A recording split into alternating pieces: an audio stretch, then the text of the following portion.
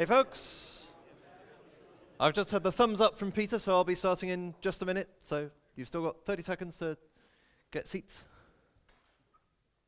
Wow, don't need 30 seconds. Cool. Right, welcome to the afternoon. I had originally thought just after lunch everyone would be really, it's just after lunch. Lunch is settling, but I got the feeling with that lovely lunch that we're probably okay energy-wise. Is that right? Yes, wait, a reaction. This is good. I had heard bad things about how developers at Swedish conferences might react in terms of everyone being silent. So I'm going to hope that that's not going to be the case. And I have bribes. So this is the third edition of C# in Depth. It has just come out. I have 5 copies down here for good questions, basically, or comments, or whatever comes up. If we end up at the end of the session with there still being 5 copies down there, then either people don't want to say anything because they've already got a copy, or people don't want to say anything because they don't want a copy, or they can't think of anything. It had better not be for shyness, okay? I promise not to bite anyone's head off. So, this is an interesting session to come after Andreas's on Nancy, because it's on a similar theme, but at a kind of higher level. So Andreas showed us lots of great stuff about C# and how you can use C# specifically, various different features. I'm going to talk a bit about Noda Time at a higher level, and particularly if you're contributing to an open source project, I want you to think about how it applies to your project. And if you're not contributing to an open source project, then why not? Some ideas for when you have that great idea that you want to contribute to the rest of the world. These are some things you might want to consider to make that better for everyone. So this is our agenda. I will go through, I intentionally make my slides have no content whatsoever, really. So you've got to pay attention. If you just want to look at the slides later on, you'll get nothing. Okay, so you've got to listen. So I'll go over a little bit of history of date and time APIs. Then I'll talk a little bit about why date and time APIs are hard and what we try to do in Noda Time. And then I will end up with a few ways in which Noda Time I think we've done well and ways in which we've done badly. Just to introduce myself beforehand, I'm an amateur C# developer. I work at Google, but I'm contractually obliged to say I am not speaking on behalf of Google, so potentially unlike Patrick later on. This is holiday for me rather than work. I don't get to do a lot of C# at Google. I work on Google Offers in Java, so this is entirely separate from my work life. But Noda Time is a date and time API that I started quite a few years ago and has now shipped. And these are just some experiences that we've had. So, back in 1996, I'm not going to go over all date and time APIs, that would take far too long. But back in 1996, Java 1.0 came out with Java util date, which is one of the worst date and time APIs in the world. It sucks. If you create new date 2013, 10, 12, what date might you expect that to represent? Some of you are Java developers, aren't you?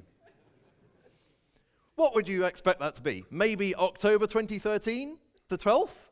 No, it's November the 12th in the year 3913. Let's add 1900 for no particularly obvious reason. So, to Sun's credit, they realized that this was a sucky API. So, in Java 1.1 in 1997, they deprecated almost all of it and came up with Java util calendar, which is also a terrible date and time API. It's very, very hard to use correctly. The documentation gives crazy rules that I still don't understand.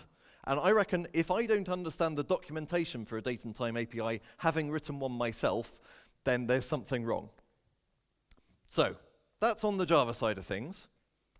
What about .NET? .NET took various hints from Java, I think it's fair to say. Loads of mistakes in Java are not in C#, for example. So in .NET we have system.datetime.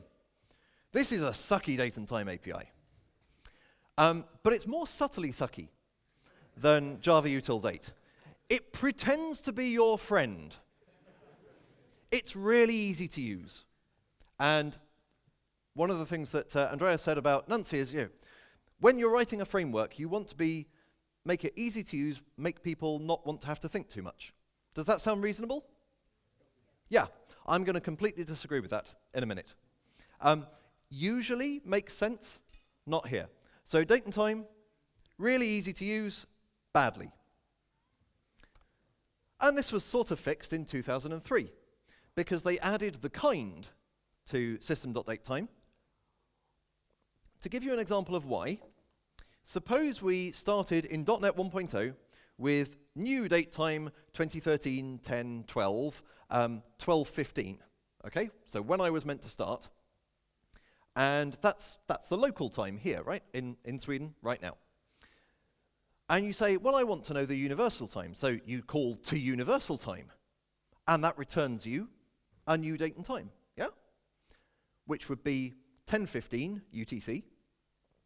Unfortunately, if you then call to universal time on that, you end up with 8:15. And then if you call to universal time, because it didn't have any notion of whether it was UTC already or local or anything else. So that was why .NET 1.1 added kind, which kind of made things a little bit better, right? A little bit better. Now, back in the Java world, people had realized for quite a long time that Java util calendar sucked. So some smart guys came up with Noda Time, which is still, at the moment, the industry-accepted way of doing date and time work in Java. It's now on version 2.3.4 or something like that. But back in 2005, this was a miracle. We have lots of immutable types, unlike Java util date and Java util calendar, both of which are mutable. So if you pass a date into a method, you better take a copy of it, just in case someone changes it behind the scenes. Noda Time, lovely, relatively speaking. Much, much nicer than either the .NET API or the Java API. I was interested to discover how much I disliked it when I looked at it in more detail. I'll spend a little bit of time on that in a bit. But back in the .NET world, this is still 2005, this is a long time ago. In 2007, .NET 3.5 and .NET 2.0 Service Pack 1 came out with some combination of these. I seem to remember that time zone info is only in 3.5, but date time offset is in 2.0 Service Pack 1. And this made things considerably better.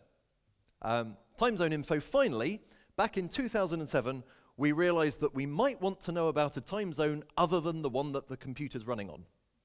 It's such insight. Who could possibly have thought that before 2007? That maybe if I'm running a worldwide service, a web server, I might want to know on a server running in New York what London time zone rules are, for example.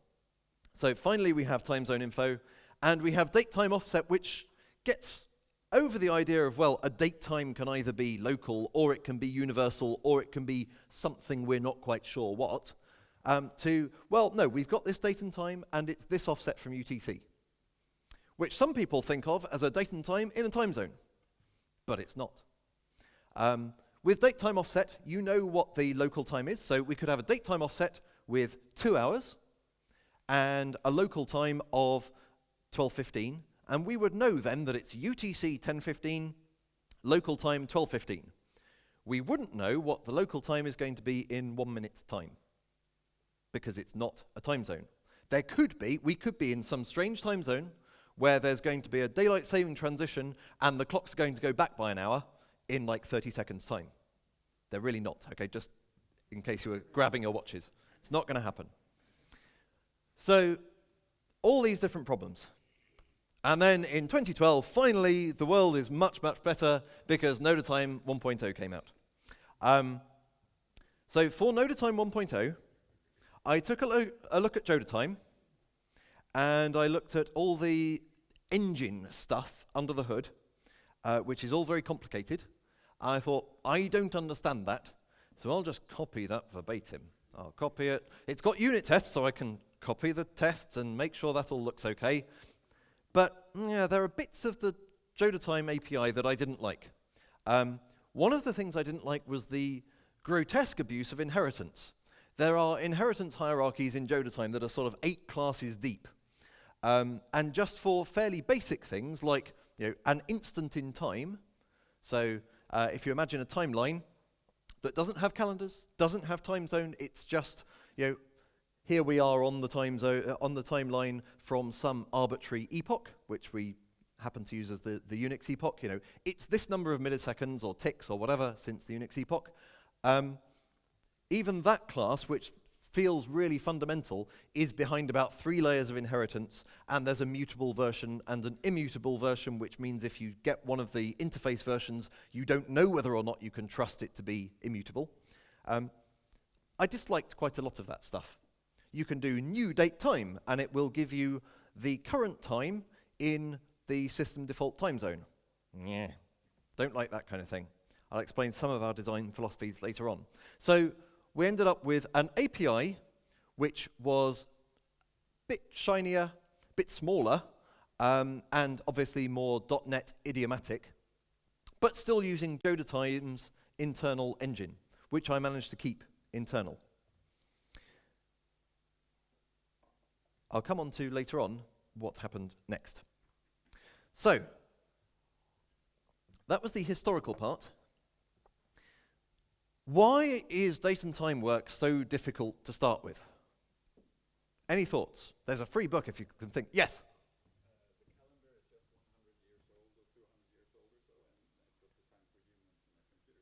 The calendar is 100 or 200 years old or so, and designed for humans rather than computers. That's a good answer.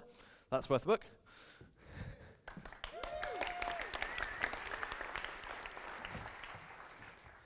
So in fact, I'll skip to slides that are the right ones. Yep. So that is an example is calendar systems. So can anyone describe what a calendar system does? It divides our timeline into years and months and days and things. These are all human constructs, okay? We'll assume that time is just this ever-going forward thing. Do you think computers care about months and days and years, really? Fundamentally? They couldn't give anything rude about them. They don't care at all. But humans do, so they come up with calendar systems. And because we've been developing all around the world, just like we have different languages, which messes up our text handling, we have different calendar systems. So today is 2013-10-12 in the ISO calendar system, or Gregorian calendar system.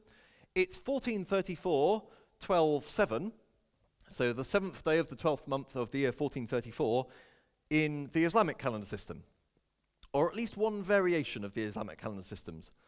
There are various different Islamic calendar systems, and even the one that Noda Time implements, you can have different variations because there are different patterns for when leap years happen. If you think it's hard to remember if it's divisible by 4 and not divisible by 100, but potentially is divisible by 1,000, if you think that's hard to remember, try the Islamic calendar systems. Much harder. Also made harder by the fact that when it starts, you'd have thought, day 1, month 1, year 1 would be a pretty fixed date. Seems reasonable, our epoch. Well, no. There's an astronomical epoch and a civil epoch, depending on exactly what you're wanting to do. And then one aspect that I haven't even tried to model because I can't get my head around it is days starting at sunset.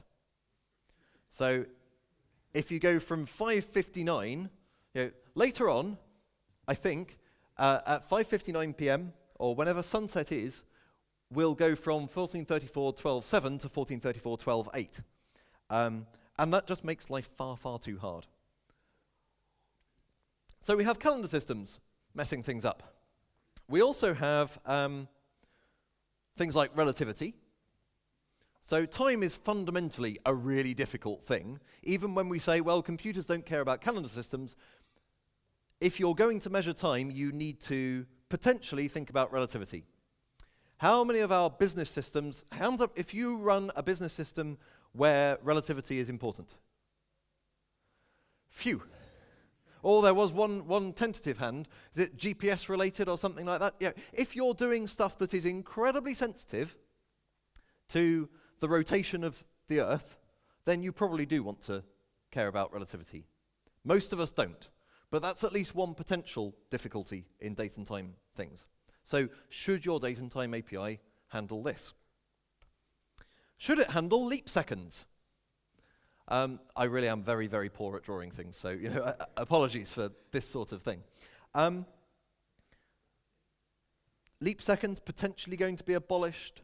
Unpredictable, which makes things interesting in a date and time API. If you're going to write a date and time API that says, not only can I not tell you what time it's going to be without knowing the time zone, because a minute from now there could be a daylight saving transition. If there could be a leap second, so suddenly you have a minute that's 61 seconds long or even 62 seconds long instead of 60 seconds long, it's really very, very hard to work in that sort of environment. And time zones. Who here enjoys time zones? Good, there are a few. Hooray!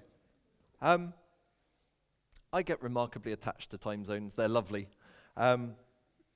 Those funny time zones like Samoa, where a couple of years ago, Samoa decided to miss out a day. It went from, I can never remember which way around this is, I think it went from UTC minus 10 to UTC plus 14. So I think they missed out, I can never remember whether they missed out December the 29th or December the 30th, one of the two. So maybe it was that it went 11:59 p.m. on December the 28th, and then midnight on December the 30th. And they had good business reasons to do this, because if you're the easternmost part of the time zone map, then you get to see the new year in first. So where there are people who, for some strange reason, think that if they can see the new year in before everyone else, then if you run a hotel in that place, you'll do well. This is a serious business reason for changing a time zone. And also their trading partners were more easterly than westerly, as it were. So it means that all kinds of things become a bit different. Brazil's another interesting time zone. Anyone know why Brazil is interesting? This is definitely worth a book, unless you've heard it from me before. That would be cheating. No? Okay, well, let me give you a little bit of background with some work that I have done at Google, because I got interested in this when I was writing the calendar part of the implementation of Microsoft's Active Sync protocol. So this is if you've done sync with your iPhone using the Exchange, you set up an Exchange server and say gmail.com, then I wrote a fair amount of the calendar handling part of that back several years ago. Hopefully all my code's gone by now. But every so often you need to represent different things, and we had, well, you've got an all-day event, so that starts at midnight. Yeah? So if you're trying to represent in terms of dates with times, an event that is all day, you go from one midnight to another. So you say the start of it is at 12 o'clock. Seem reasonable? Unless you're in Brazil. And unless it happens to be when the clocks go forward. Because when the clocks go forward in Brazil, they go forward from 11:59 p.m. to 1 o'clock in the morning. They skip midnight. So midnight doesn't exist. Or maybe it does exist, depending on your definition of midnight. And even Wikipedia, I've looked this up because I thought, am I talking rubbish about this? Do they have a midnight or not? Well, they don't have a 12 o'clock. But midnight is defined in Wikipedia as the transition from one day to the next. So they definitely have that. They have a midnight at 1 o'clock.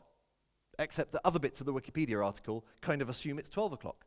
So even concepts that we would expect to be well understood, like midnight, not so much. Then there are other time zones where we get very, very little warning. And I think recently there was a time zone change which had like 2 or 3 days of warning, saying, oh, well, we're not going to bother putting our clocks back. We'll do something different, or we'll do it in a month's time instead of next week.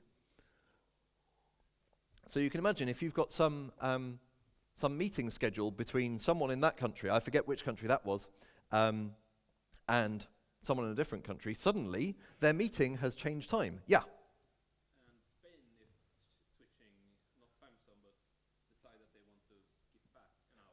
Oh, Spain's, so they're debating about aha, yes, so Spain is considering changing their time zone.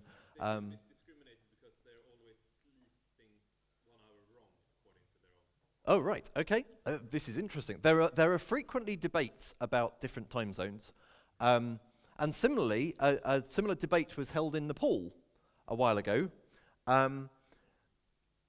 I think they decided not to do this in the end, but they were going to have daylight saving time of 1 hour and a quarter. Which is actually not as silly as it sounds, because their standard time is UTC plus 5 3/4 hours. Which meant that while they were in summertime, they would be in UTC plus 7, which would be much easier for everyone. But I'm not sure whether they went with that in the end.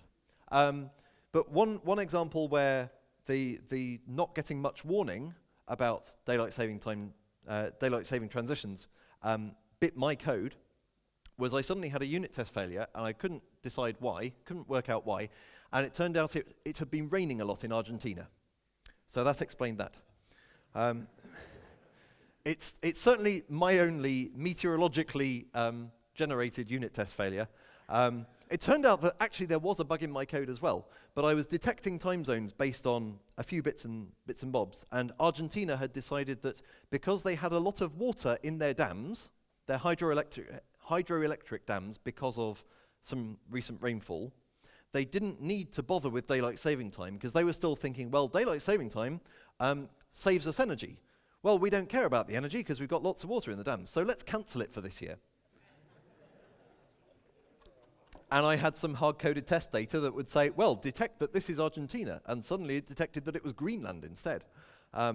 Which the fact that it was Greenland rather than some other country in South America was my fault, but the fact that it got it wrong at all was the Argentine government's. Just before I cause an international incident, I have no problems with the Argentinian government. As a UK citizen, I kind of need to make this clear. Yeah. Yes? How do you handle time zones in space? That's a very good question, and the answer is not with Noda Time. That's worthy of a book. I don't know what time looks like in space. It's a bit like relativity. I kind of shut my eyes and go, blah, blah, blah, blah. I don't want to know. It's too complicated. Presumably, you have a different calendar system to start with. So you'd have the Martian calendar, because it goes round the sun more or less often. I don't know anything about astronomy. So you'd have that. And you probably only bother with time zones if you wanted people to have... the idea of a time zone is that everyone gets to see the sun directly above their head at about 12 o'clock midday. Well, unless you've got anyone on different planets, and I'm talking planetary, and you said in space, which is not the same thing. In space, what on earth does it even mean? So my guess is some ships could end up having time zones, or could not. But as I say, that's, let's say not in Noda Time 1.x, maybe 2.0, we'll see. Yeah, was there another question?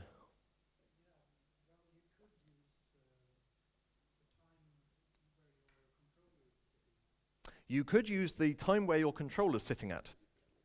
That feels a little bit to me like using your server's local time zone in a web application. It's kind of, it's a point of ground truth, literally ground truth in this case, but it may not be terribly useful for the users themselves. It kind of, I think this is something that we'll have to see how it pans out over time. Anyway, yes, I wanted to mention one other thing about calendar systems, particularly as I'm in Sweden, because I love the Swedish calendar. It has something, I see some people know about this already. Yes? We care about the weeks. This is something I don't know about. Tell me more. Right, we schedule things by weeks. Well, this is one place where Noda Time does have you covered, because you can...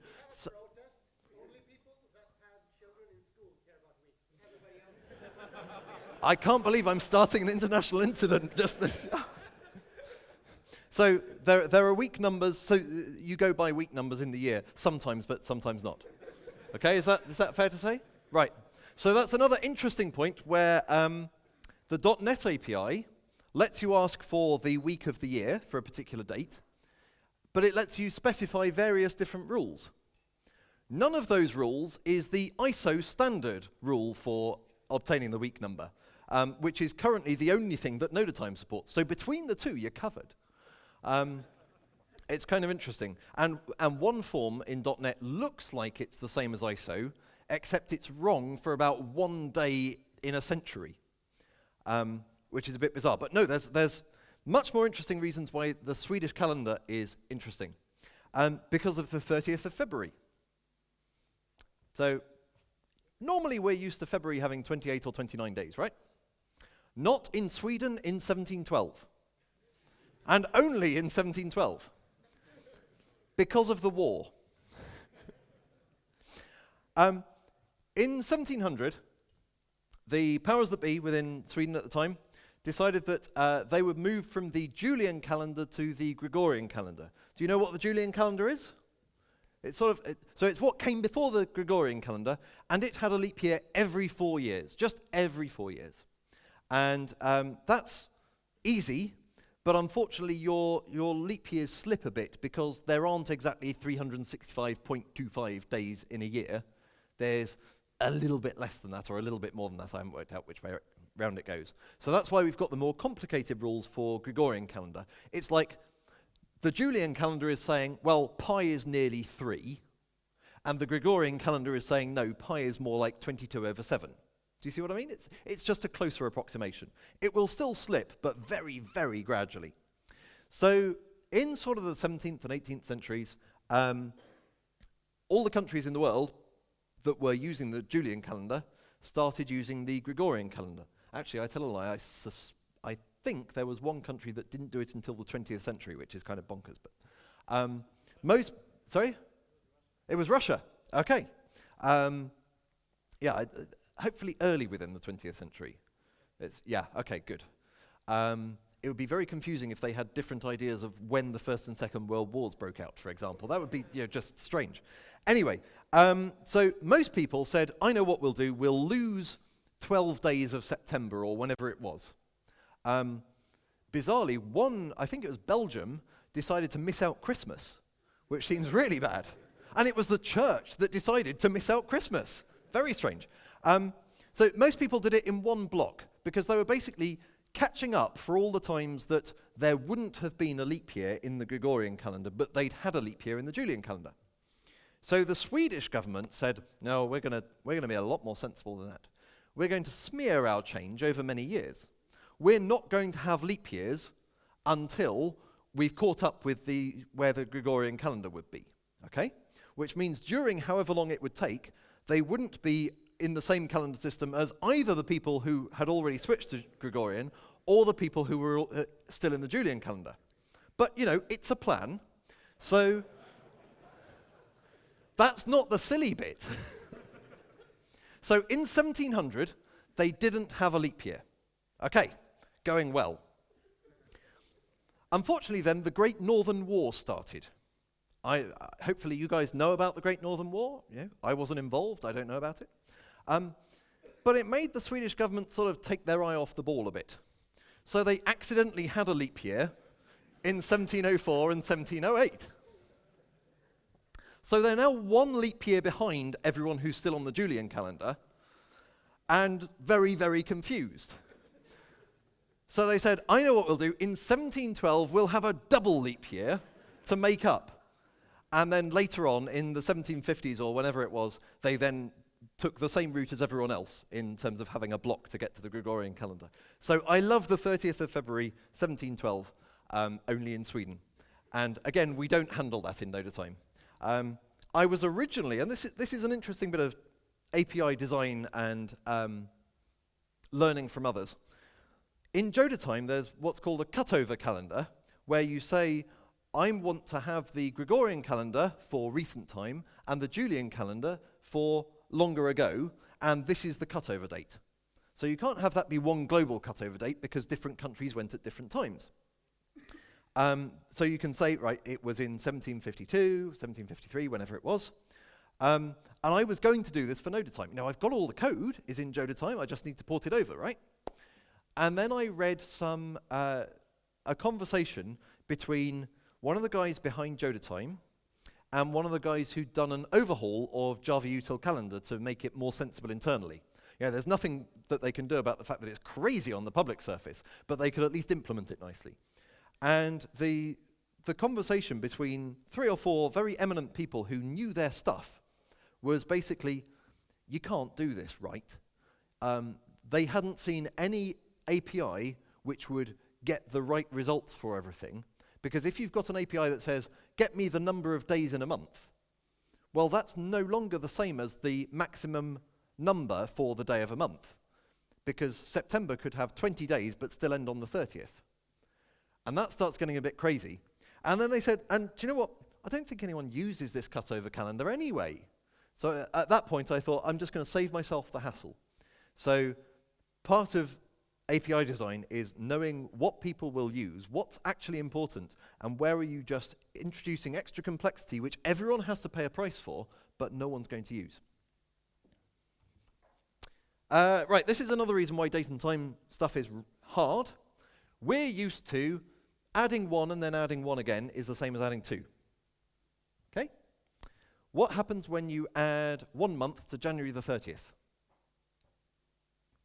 You have to give a result, okay? If you're writing a date and time API, it's got to give an answer. Do you end up in March or do you end up at the end of February? As an API designer, you have to ask yourself that question. But whether you end up on the 28th or 29th of February, or the 2nd of March, or maybe the 1st of March, when you add another month to it, you're probably not going to end up on March the 30th, which is what you want if you add 2 months to January 30th.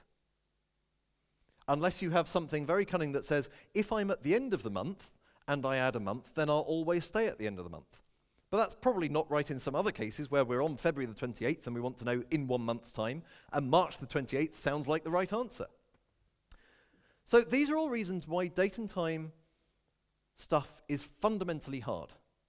And everyone knows how it works, right? Everyone can give an answer, and it's the intuitive answer, yes? Unfortunately, there are as many intuitive answers as there are people in this room. Everyone has different intuition about how things should work. And that's the fundamental difficulty about getting date and time right at all, let alone putting an API onto it. So, if it's hard, how have we done in Noda Time? I'm going to take you through a few bits where I think we've done well, and then a few bits where we haven't done quite as well. So let's start off with, Noda Time has a clear mission. We're aware of history. We know, as in, we're aware of the history of date and time APIs. We don't know anything about the history of Gregorian cutovers, but we do know about what's made previous date and time APIs wrong. I think there's very little chance that Noda Time would accidentally end up containing an HTML parser. We know where our boundaries are. And in fact, there are other projects written by some sort of sometimes code contributors to Noda Time where we said, that's a useful thing to be able to do with Noda Time, but it doesn't belong in Noda Time itself. And sometimes the boundaries can be fairly grey. So when it comes to human readable time periods, like or dates. So Noda Time doesn't have anything where you can type in, a user could type in today or tomorrow, and we would end up with that as the 12th or the 13th of October. But that's fine for another project to do on the side. We have some conversion stuff, but we're not deliberately tied to JSON.NET. We've got an extra assembly which is still within the same source control, but if you're using JSON.NET, you can use that assembly, or will be able to when I've released Noda Time 1.2, and things should play nicely. If we start using some other JSON serializer or some XML serializer or whatever, we can have different assemblies. We know where the boundaries lie. We also have a clear philosophy. I tried actually drawing Rodin's The Thinker and failed so abysmally, you've no idea what a stick figure version of this would look like. Randall Munro might well be able to do this quite well, but I certainly can't. So we have a philosophy, and not only that, but we document it. On the website, we say, this is what we're trying to do. And the first thing that we try to do is make you think more. And that's the bit that's controversial compared with the Nancy approach of we want to make you have to think less. And the difference is that in a lot of web frameworks, you are having to do thinking for stuff that you really shouldn't have to think about at all. Fair to say? The trouble is that date time in .NET makes you think too little, or allows you to think too little. I can create a date time and work with it and do the wrong thing because I didn't think about what kind of date time am I talking about. Am I talking about a UTC one, or one in a particular time zone, or maybe I have no idea of a time zone? We can talk about what is the 12th of October 2013, add 2 months. So we need to know the calendar system for that. So we'll say in the ISO calendar system, what is 2 months later than that? And we can work out, December the 12th. And we can have that at 12:15 p.m. and it would still be 12:15 p.m.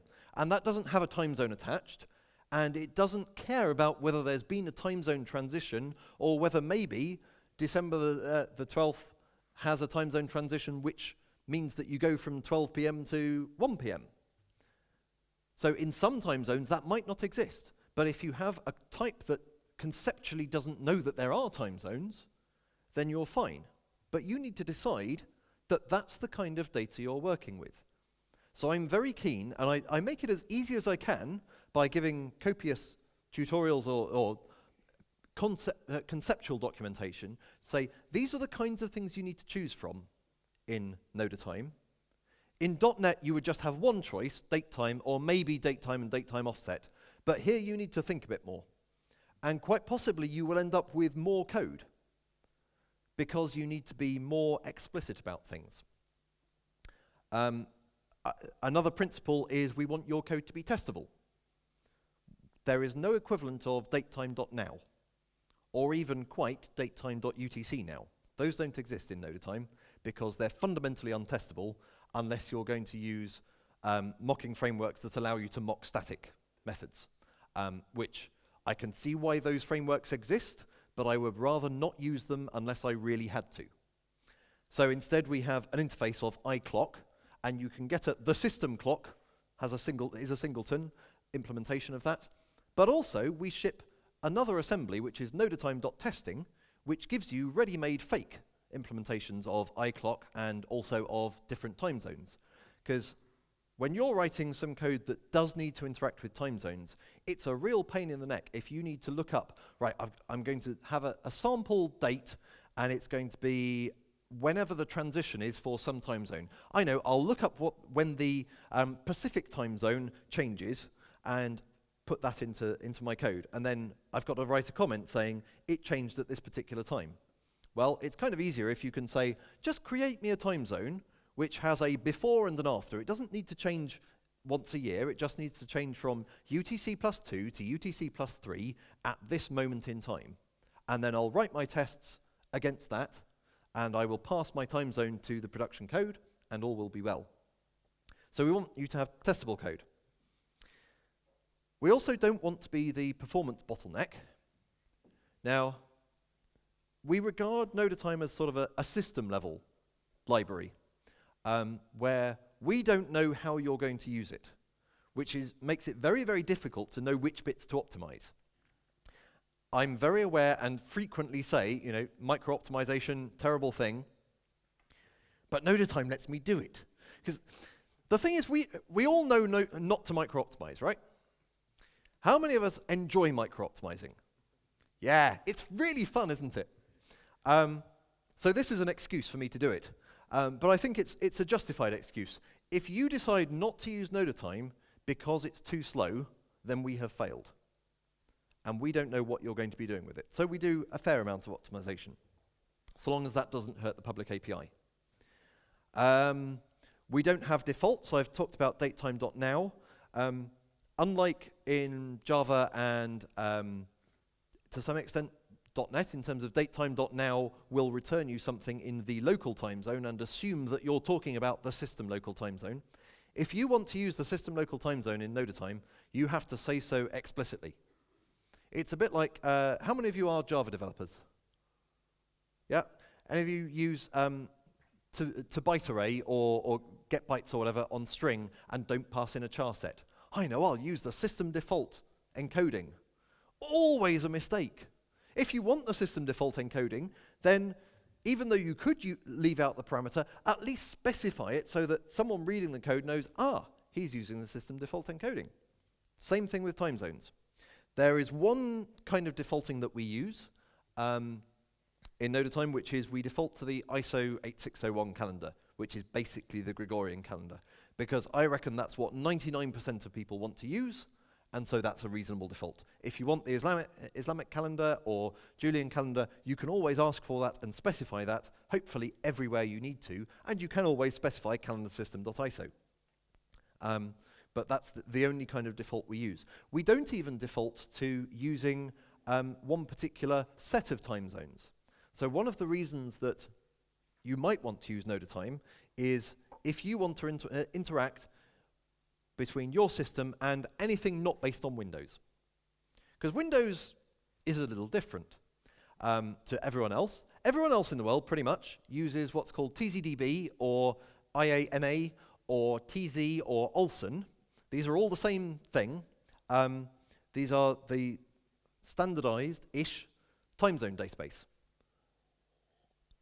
Run by volunteers, used to be run by Arthur Olsen, now hosted by IANA, and with time zone IDs of things like Europe/London. And they're just meant to be IDs, not particularly meant to be readable, although people do display them to users, unfortunately. Windows has its own time zone database with its own IDs, where kind of bizarrely, the ID is usually the English standard name. So if you have something like British Standard Time, that actually means both standard time and daylight time, depending on time of year. So that ends up being misleading in whole different ways.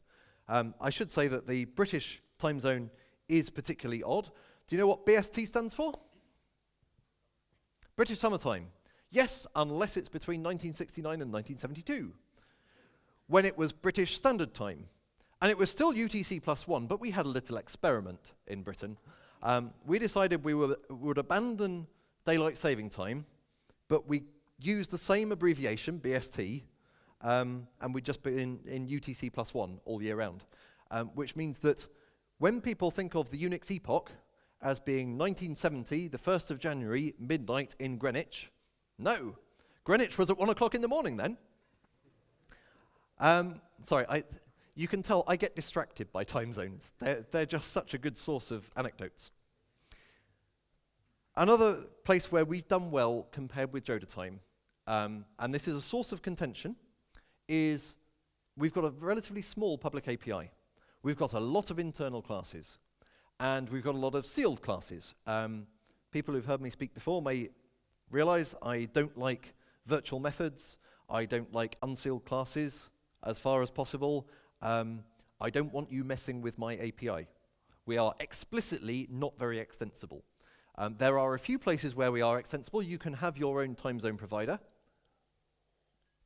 You can build your own time zones. You could certainly easily build your own clock. You can't build your own calendar system. Partly because doing so would mean that I would have to open up more guts of Noda Time, which would make it harder to change. And partly, if you need to implement your own calendar system, I don't think you're going to do it properly anyway without the help of the Noda Time team. And if you're going to enlist our help anyway, let's just shove it into the framework. It allows me to encapsulate things a great deal more. So we've got this big iceberg. In case you hadn't realized, this is meant to be an iceberg. So small public API at the top, big internal guts at the bottom. And this has actually proved useful. This iceberg used to have a Noda Time shaped bit on the bottom for the calculation engine. And I got really frustrated trying to implement just one simple feature. You know, you've all heard that. Oh, this feature should be really easy to implement. And then you go into it. And because of the ways that a constructor was calling a virtual method and nastiness, 5 levels down a complex hierarchy, it was really hard to implement. And I thought, I need to refactor this. And I was able actually to refactor it where I wouldn't have been able to if we'd exposed all the types high up, publicly.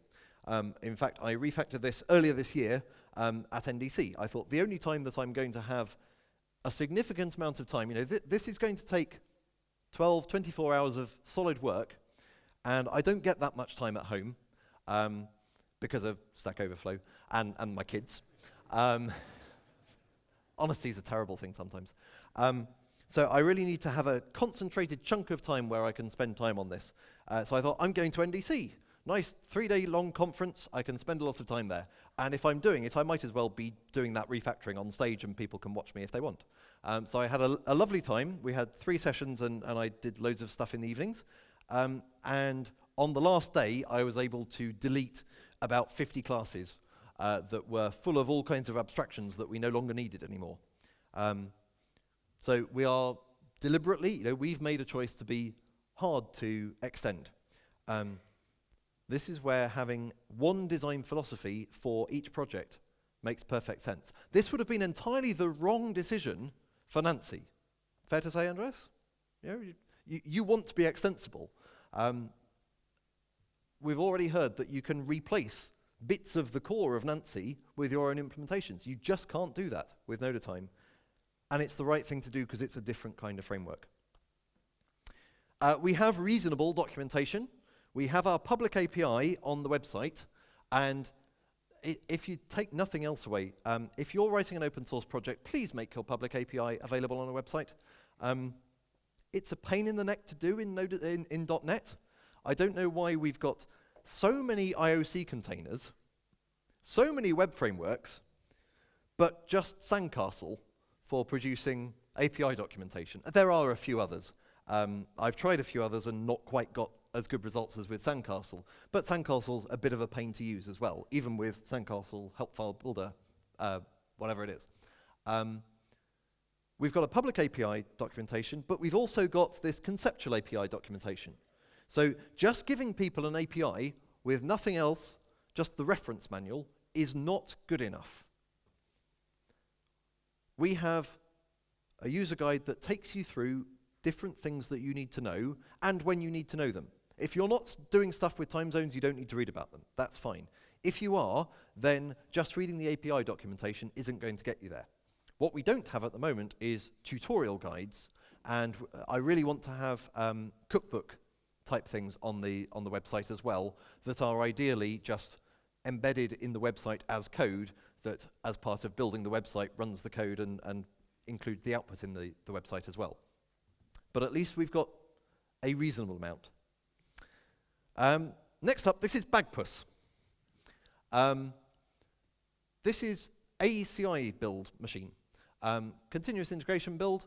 This is just a little net top. This is not a fast machine by any stretch of the imagination, but it was reasonably cheap. This isn't our public CI server. That gets run with CodeBetter, I think. And it's still running TeamCity, which is nice and free for our purposes. And it looks quite smart there, reasonably, you know. Looks a little bit less smart when you see the wires around it, and then you see it sitting on top of a wardrobe in our landing. But this is an important machine because of what I said earlier on about fast is important to me. How am I going to know if my code is fast? I have to measure it. So every time we run a CI build, you know, for every, not necessarily every commit, but every half hour if there's been a commit, you can hear the fans, if you're standing on the landing, you can hear the fans on Bagpuss kick up as it runs the performance tests. And it then uploads the results of those onto Azure. And then I've got a little, this is why I don't do applications. This is a WPF application, and it's not very good. because I'm not a UI builder.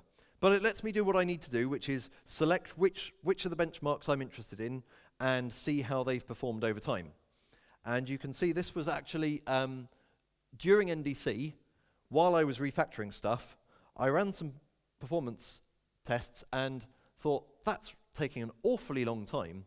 And then I noticed that within one assertion, one precondition, I was doing some string concatenation, which was a really bad idea. So this was just, this vertical line down here says we have made things much, much faster. And being able to do this and see historical results is really, really useful. I'm considering, if I had lots and lots of free time, my wife is a children's author and a very prolific and pretty well-rewarded one. So she earns more than I do. I'm just waiting for the film rights to come for something so that I can retire and do all the open source projects I really want to do. You know, when I'm a kept man, it will be wonderful. At that point, I will open source the benchmark framework itself, which is interesting because it's got a circular dependency on Noda Time. You know, this tests Noda Time, but it uses Noda Time types because it's time-based, right? I'm not going to restrict myself to date time and time span just for this. So I probably would have to for this. So we've got benchmarks. If you're writing things where you care about time, care about performance, then measure it.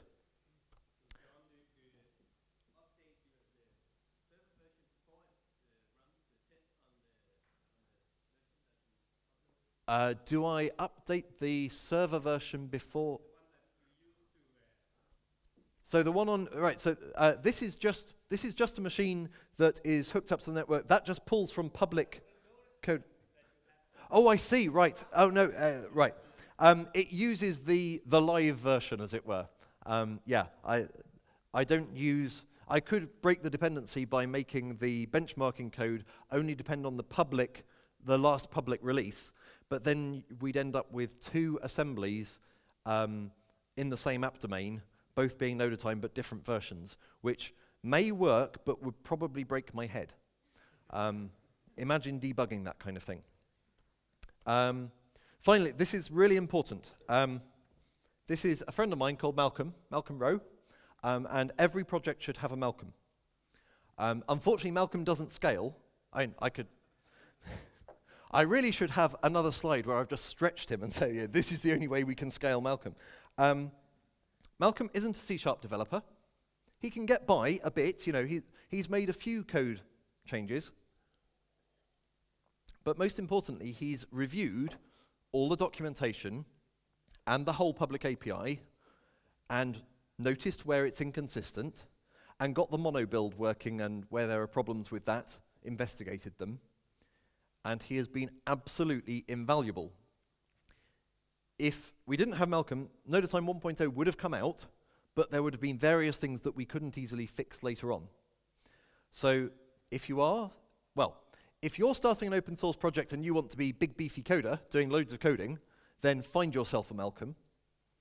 If you are naturally pedantic, which let's hope most of us are, have a good grasp of whatever language your documentation is going to be written in, and I'm terrible, I don't know any human languages other than English. Sorry about that, but probably you will be writing documentation in English.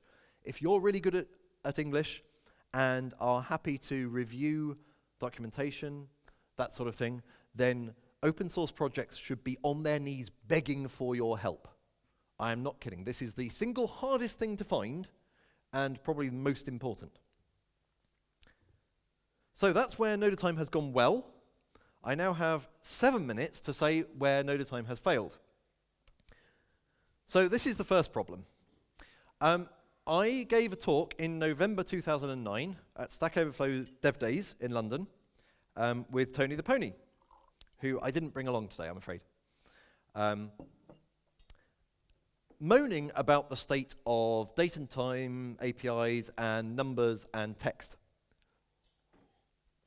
And afterwards, like 2 days afterwards, I felt really bad that I was raising the problem and not providing any kind of solution. I said how awful system.datetime was and how lovely JodaTime was, because at that point I hadn't really appreciated just how many bits of the API I would want to change. So I said, right, blow it. I will port Noda Time. And it took me 3 years. It was November 2009 to November 2012. And that is a problem. That is a failure on my part. Partly things like writing books got in the way.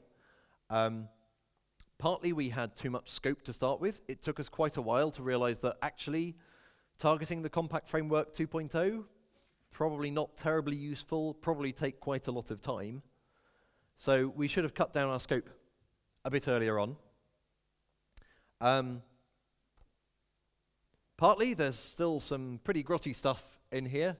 This is, I think, build API docs.bat, because I haven't learnt Rake, and I haven't learnt PowerShell, and various things. I used to have a Nant build file for various things, but yeah, we've got some pretty grotty bits in terms of our release process and various patch files kicking around.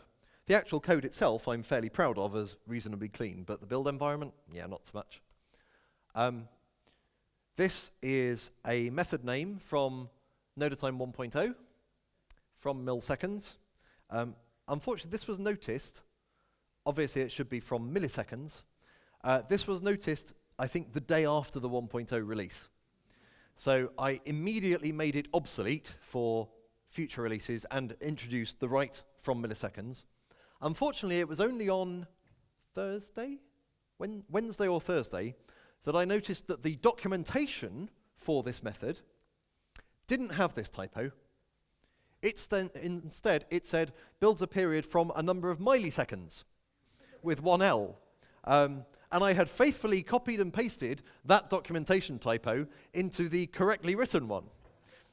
Documentation typos aren't quite as much of a problem as name typos, but it does mean we've got from milliseconds on from milliseconds, and this will be first against the wall when Noda Time 2.0 comes.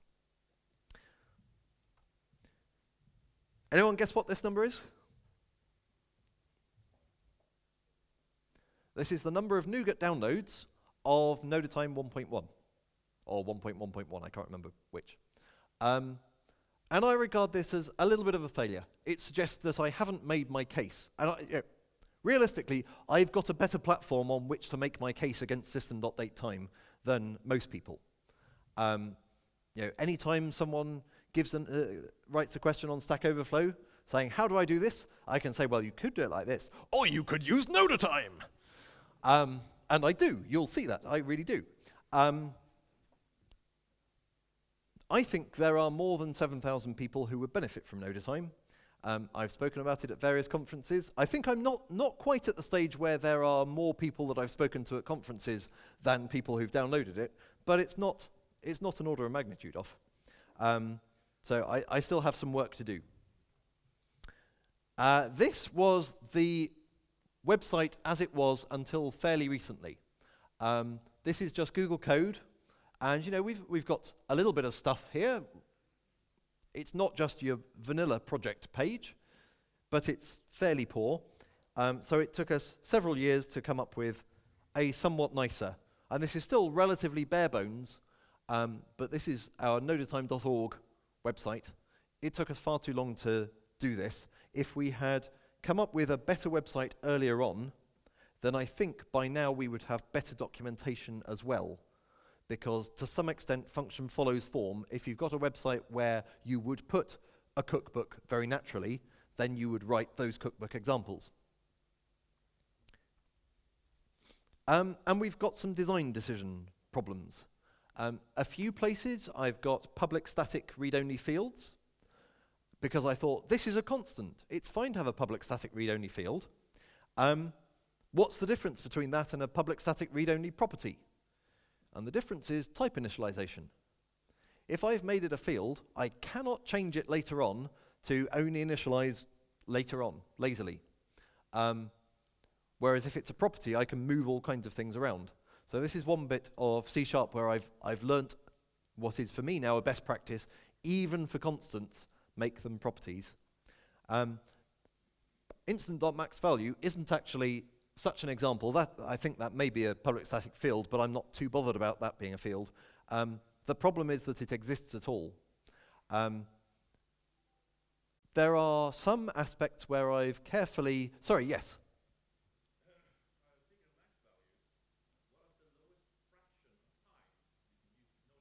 Right, okay. So the question, I will rephrase it as, what's the granularity of time within Noda Time, which is ticks. So I thought, in Joda time, it's milliseconds. It made sense to work with .NET in terms of ticks being the lowest form available in .NET. I can't see anyone wanting any more accuracy than that, and it would seem odd if I couldn't represent a native date time value exactly. So that does deserve a book. Do I have I have a runner who will give that back? And yep.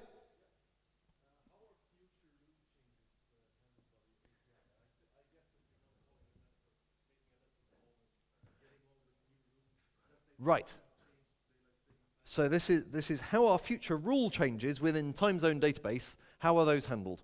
And this is one point where we don't give you an extensibility point as such, but we allow you to future-proof yourself in that Noda Time comes with a copy of TZDB built in, and it tells you which version it is.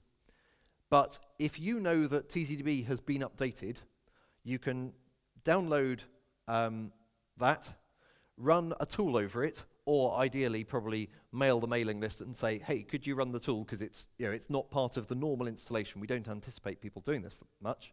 To create a NZD file, Noda Zone Database, and then where you come up with what's called a zone provider, i.e. something that will give you time zones based on IDs, you can use the built-in one. You can use one that gives you the .NET time zones, but wrapped in our API effectively, and without some of the bugs in their own implementation.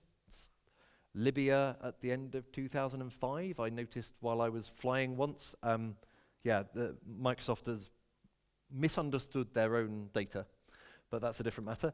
So you can have a file that has all that information in, it's a couple of 100K, and you can say, build me a date time zone provider from that file. But it is unstable, fundamentally. We definitely don't make any network connections out to find out if you've got the latest version. Mm-hmm. Right. Right. Right. So if you're using version 1.0, then that uses the old resource file format, which we can still build. And basically, we've guaranteed that we will keep building files for you, or at least we have the tools to still build the file. So you could then put something into your application to scan a directory and find the latest file version, or whatever, however you want to manage it. But you can download the latest version of TZDB, build a resource file, and we will then work with that.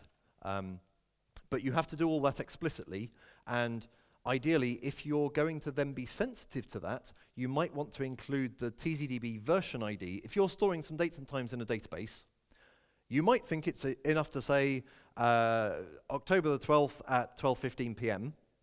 Or you might say October the 12th, 12:15 p.m., Europe, London, or whatever the Stockholm TZDB ID is.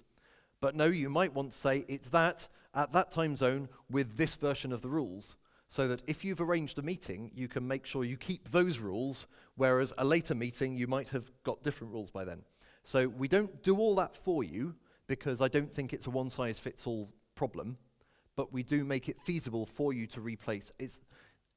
In that respect, it's like Joda Time, where you can specify your own one, and it's unlike Java, where if you want to replace the time zone database, I think it's now feasible, but it used to be basically you waited for the next release of Java before you got the updated version. And then you had to take it. You couldn't say, no, I want to have a stable one. I don't care if it's wrong for the future. I want to make sure that everything uses 2012E or whatever version you're interested in. But yeah, good question. And yeah. How do you express the end of day? That's a really interesting one.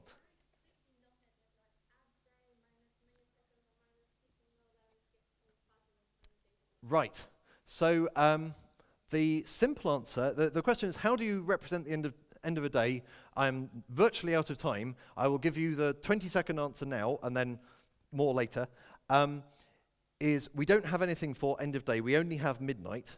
But typically, you want to represent a day which has an inclusive lower bound and an exclusive lower bound. So instead, you should usually use the start of the next day as your representation, because you're then dividing time into intervals, and everything is in one interval, so long as you make sure that it's an exclusive upper bound and inclusive lower bound. Whereas if you're representing dates, you typically do things in inclusive lower and upper bounds. So for example, I work Monday to Friday, I'm on holiday Saturday to Sunday.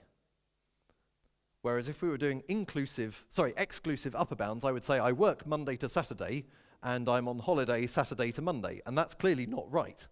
Yeah? And that's the difference between a continuum, where you're putting on in arbitrary infinitesimal precision things, and dates, which are chunks of time.